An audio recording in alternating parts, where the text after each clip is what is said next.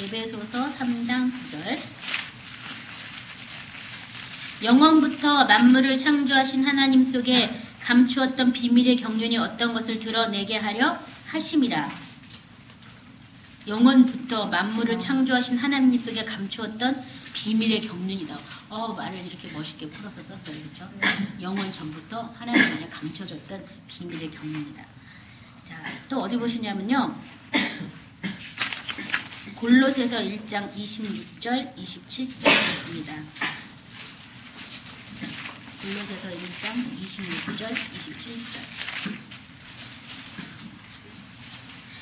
이 비밀은 만세와 만대로부터 오므로 감춰졌던 것인데 이제는 그의 성도들에게 나타났고 하나님이 그들로 하여금 이 비밀의 영광이 이방인 가운데 어떻게 풍성할 것을 알게 하려 하심이라. 이 비밀은 너희 안에 계신 그리스도시니 곧 영광의 소망입니다. 네. 그래서 이 만세전부터 복음이 감춰져 있다라고 자꾸 얘기를 하는데 그것이 바로 하나님의 감춰졌던 지혜다라고. 이건 장선한 자들밖에, 온전한 자들밖에는 알지 못하는 지혜인데 그것이 바로 감춰져 있다라고 말하고 있는데 그것이 언제부터냐면 창세 전부터, 영세 전부터, 만세와 만대 전부터 감춰졌던 것이다라고 말하고 있어요. 근데 우리가 생각했을 때는 뭐가 감춰졌어? 예수님이 십자가 못 봐가지고 우리 다 아는데 이렇게 생각할 수 있잖아요. 그렇죠? 우리 위해서 대신 죽고 뭐 이렇게 했었다. 우리 다 들었는데 뭐가 감춰졌어? 이렇게 생각할 거 아니에요. 뭐가 감춰진 거예요? 생명이 감춰져 있는 거예요. 생명이요. 그래서 구원을 그냥 받은 걸로 사람들이 감춰졌기 때문에 그걸 모르는 거예요. 그 하나님 안에 있는 그 생명이 예수 그리스도 안에서 창세 전부터 모든 만물을 창조하시고 이렇게 섭리하시고 보존하셨는데 말씀으로 하셨죠. 말씀이신 그분이 다시 성육신에서 우리의 사람의 모습으로 와서 사람처럼 그런 어떤 희노애락이라는 과정을 다 거치시고 모든 죄의 쓴 잔을 다 마셔서 사람과 함께 됐을 뿐더러 죄악의 어떤 그 오물을 다 먹고 마셨죠. 그래서 죄가 하나도 없은 분이 모든 죄를 다 마셔서 그 죄와 함께 못 박아 죽었어요. 사람들이 거기까지만 아는 거야. 이게 비밀이기 때문에.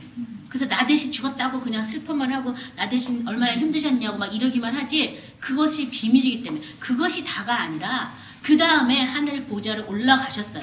올라가셔서 거기서 우리에게 새 생명을 주신 거예요. 어떤 생명이냐면 창세 전부터 하나님 아버지와 같이 있었던 그 영원한 생명을 우리에게 보내주신 거예요. 뭘로? 성령으로요. 그래서 이것이 감춰졌다는 거예요.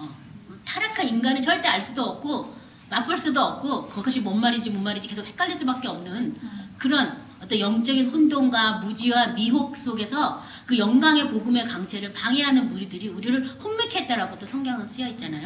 그것들을 보지 못하게 하는 거예요. 그래서 그냥 이 땅에서 예수 믿어 살아서 구원 받았으니까 이 다음에 죽어서 천국 가는 거지 뭐 이렇게 복음을 이렇게 반쪽짜리로 이렇게 바꿔버린 거예요. 그래서 이것이 지금 감춰져 있다고 하는 거예요. 왜냐하면 그것이 성경에 예정되어 있는 거예요. 모든 사람이 다 알 수 있는 일이 아니에요. 그것은요. 하나님께서 그 계시를 알려주는 사람, 그 눈을 열어서 보게 해주는 사람, 그 귀를 열어서 듣게 해주는 사람만이 알 수 있기 때문에 하나님께서 그것도 창세 전에 미리 다 택해놨어요. 하나님의 자녀들에 대해서. 하나님 부르셨어요. 또 정하시고 의롭다 하시고 영화롭게 하시려고 다 하나님이 택해놓으셨거든요. 그러니까 내가 그렇게 되려고 애쓴다고 되는 것도 아니고 하나님이 택해놓은 그 사람들이 자꾸 마음에 뭔가 부족한 것. 뭔가 구원 받은 것 같은데도 1% 부족한 뭐. 구원 받아서 참 자유한 것 같은데도 또 나를 얽매이는 뭔가를 계속 발견하면서 뭔가 아니야 이게 다가 아니야 이게 다가 아니야 자꾸 그래서 찾아 헤매도록 하나님께서 이 사모하는 마음을 우리에게 자꾸 부어주시는 거죠. 그래서 내 일생의 모든 문제가 다 해결되고 아무 문제가 없는 게 진짜 복은 아니라는 거예요. 뭔가 계속 뭐가 남아서 계속 나를 힘들게 해야 우리는 계속 왜 이게 해결되지 않았을까 뭘까 하면서 계속 그 사모함 그 궁금증으로 계속 이 생명의 길을 찾아 나갈 수가 있어요. 사람이 그래요. 등 따숩고 배부르고 내가 원하는 대로 꿈꾸는 대로 다 되면 하나님을 찾을 일이 없어요. 그냥 내가 잘나서 이런가 보다 이렇게 생각하기 때문에 뭔가 조금씩은 계속 뭔가 부족한 것이 있는 거예요. 그래서 그 안에서 하나님을 발견하게끔 어떤 이 생명을 찾아 나가게끔 그렇죠? 그 사모하는 마음이 우리 안에 주어졌다는 것에 대해서 우리가 감사하셔야 되겠습니다. 자, 그래서요, 이게 바로 이 하나님의 지혜는 뭐냐면 우리 안에 계신 예수 그리스도가 바로 지혜다. 그래서 그것이 바로 영광의 소망이다라고 말하고 있어요. 그러니까 내 안에 와 계신 영광의 주를 내가 얼마나 아느냐에 따라서 그 소망이 달라진다는 거죠. 근데 많은 사람들이 자기 안에 와 계신 주님을 영광의 주로 모시는 게 아니라 무슨 주로 모셔요?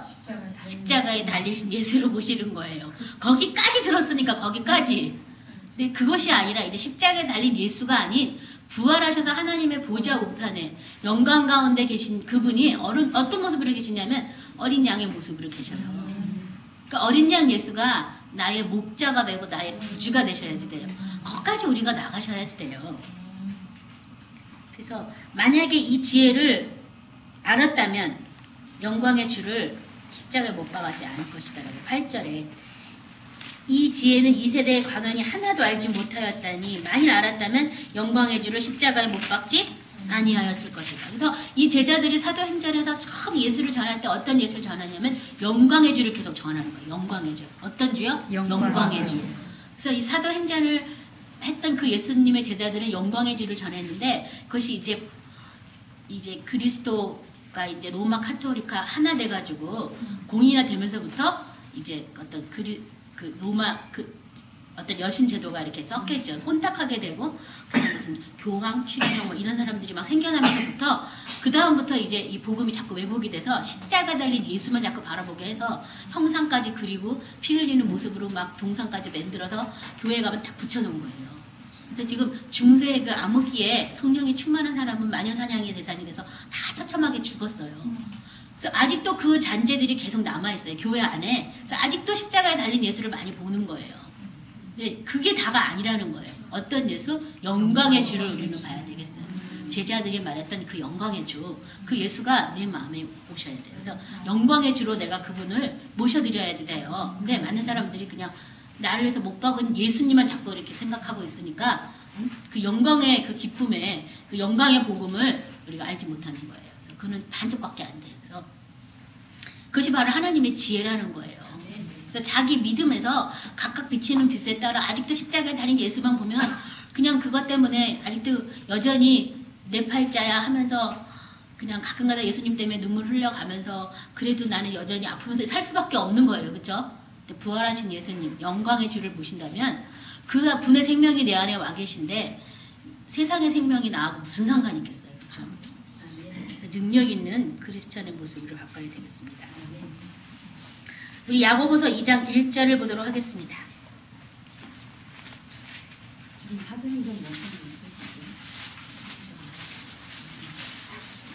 야고보서 2장 1절. 내 형제들아 영광의 주 곧 우리 주 예수 그리스도를 믿는 믿음을 너희가 받았으나 사람을 외모로 취하지 말라. 여기 보면 우리가 어떤 주를 받았다고요? 영광의 주 곧 우리 주 예수 그리스도를 믿는 믿음을 너희가 받았다. 그러니까 모든 사람이 이 영광의 주를 주로 믿음을 받은 건 아니라는 거예요. 여기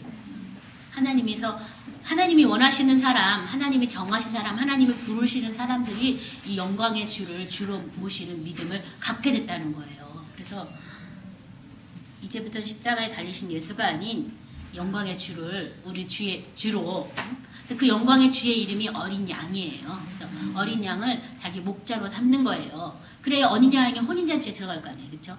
신랑이 어린 양인데 신부가 사람이 돼가지고 어떻게 그게 혼인이 이루어지겠습니까? 쉽게 말한다면 그렇죠? 신랑이 어린 양이면 우리도 뭐 해야 돼요? 어린 양이 돼야 되는 거죠. 신랑이 피 뿌린 옷을 입고 있으면 우리도 뭐 입고 있어야 돼요? 피 뿌린 옷을 입고 있어야지. 그분이 말씀이고 그분이 충신이고 진실이다라고 다 했다면 나도 그렇게 해야지 신부인데 그렇죠? 그래서 어린 양의 혼인잔치에 들어가는 것을 많은 사람들이 그냥 막연하게 생각해가지고 나는 들어가겠지 생각하는데 그게 아니에요. 어린 양을 나의 목자로 삼은 사람만이 어린 양의 생명책에 이름이 기록이 되고 그 다음에 어린 양의 혼인잔치에 들어갈 수가 있어요. 그분이 하늘 보좌 영광 위에서도 어린 양의 모습으로 왜 계신지를 여러분 잘 생각해 보세요. 아까 집사님 한 분이 나눔하셨는데 내 안에 괴물이 있더라. 그 괴물이 보통 괴물이 아니더라.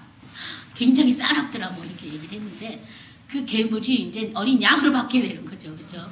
그래서 어린 양의 모습으로 그 안에 서 계셔요. 그리고 그 잡아 먹었어요. 어린 양을. 그래서 그런 의미가 굉장히 빚거든요. 그래서 여러분의 육체를 쳐서 보충시켜서 내 안에 어린 양의 생명이 충만히 거하도록 기도하셔야겠습니다. 그래서 제가 시편 24편 말씀 굉장히 이거 정말 사랑하는 말씀인데 시편 24편 7절부터 10절 보겠습니다. 지난번에도 한번 했었죠. 시편 24편 7절부터 10절.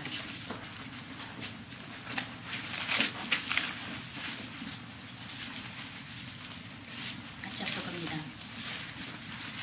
문들아 너희 머리를 들지어다. 영원한 문들아 들릴지어다. 영광의 왕이 들어가시리로다. 영광의 왕이 되시뇨 강하고 능한 여호와시요 전쟁에 능한 여호와시로다. 문들아 너희 머리를 들지어다. 영원한 문들아 들릴지어다. 영광의 왕이 들어가시리로다. 영광의 왕이 되시뇨 만군의 여호와께서 곧 영광의 왕이시로다. 아멘. 이 시편 24편에 보면 하나님의 성산에 쓸 자가 누구냐라고 말하면서 이제 어떤 사람이다 라고 얘기를 하고 그 다음에 갑자기 7절에 문들아 너희 머리를 들지어다 이렇게 써있어요. 그러니까 하나님의 성산에 들어가기 위해서 내가 어떠한 자격을 갖춰야 된다라고 말하고 7절부터는 그 다음에 뭐 하라고? 너희의 문을 들어 올려라. 누가 들어오게? 영광의 왕이 들어오게. 영광의 왕이 바로 야훼라고 써있는데 영광의 구주가 우리 안에 들어오도록 내가 그분을 모셔드려야 되는 거예요. 그냥 그래 영광의 주야 그렇구나 이렇게 해가지고 그분이 내 안에 계신 게 아니라 영광의 주로 내가 예수님을 내 마음에 이렇게 자꾸 영접하고 모셔드려야 되는 거예요. 그래서 여기 그분에 대해서 영광의 왕이 누시뇨 강하고 능한 여호와시다. 전쟁에 능한 여호와시다. 이렇게 우리가 싸워서 이기는 자가 되다 보면 예수님의 능력에 대해서 자꾸 알게 되죠.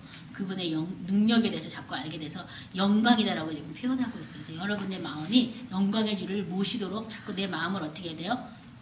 열어야 돼요. 그래서 마음의 문을 여는데 지금 문들아 어떻게 하라고 되어 있어요? 들릴지어다. 그래서 제가 옛날에 왜 들리라 그랬을까? 문을 열려라 뭐 이렇게 안 하고 왜 들리라 그랬을까? 뭐 그걸로 제가 조금 옛날에 성령 안에서 막 깊이 묵상을 한 적이 있었어요. 근데 보니까 뭐냐 하면 죄의 소원이 우리 마음에 있는데 죄가 내 문에 넘어진다고. 그게 창세기에 나오는 말이에요. 창세기에 가인이 아벨을 쳐 죽였을 때 하나님 아버지께서 가인에게 죄의 소원이 내게 달렸는데 죄가 내 문에 엎드려져 있다. 그러니까 이 죄란 놈이 내가 마음문을 열어서 들어오는 게 아니라 내 문에 딸짝 붙어 있는 거예요.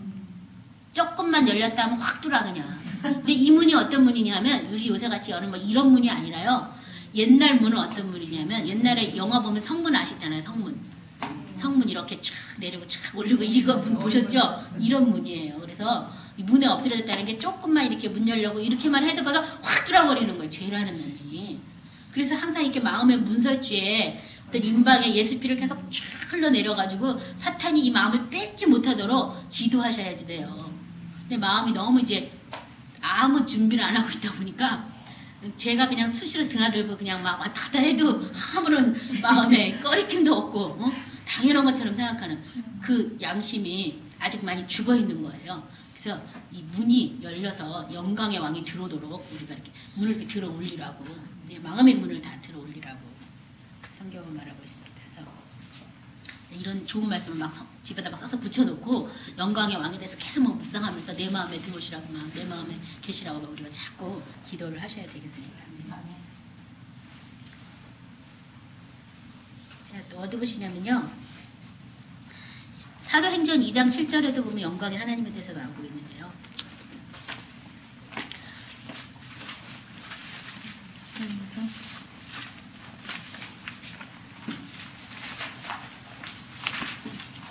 사도행전 7장 2절에 아브라함에 대해서 말하고 있는데요. 스테반이 가로되 여러분 두영들이여 들으소서. 우리 조상 아브라함이 하란에 있기 전 메소포타미아에 있을 때에 영광의 하나님이 그에게 보여. 영광의 하나님이 그에게 보였다고. 그렇죠? 그러니까 이 사도들은 이제 예수님이 부활하셨다 그 영광의 보좌로 올라가는 그 하늘을 승천하는 것을 다 봤기 때문에 계속 하나님도 영광의 하나님, 예수님도 영광의 주라고 계속 이렇게 표현을 하는 거예요. 그러니까 죄 씻음을 받아서 이제 죄가 없어져 버리고 그 자기 어떤 죄의 육체에 매여 있던 것들이 다 풀려버리니까 이제 그런 것들을 제대로 보게 된 거예요. 그래서 영광의 하나님이다, 영광의 구주다라고 계속 말하고 있어요. 그래서 우리도 내 안에 이런 죄의 문제가 해결하면 그 영광의 주가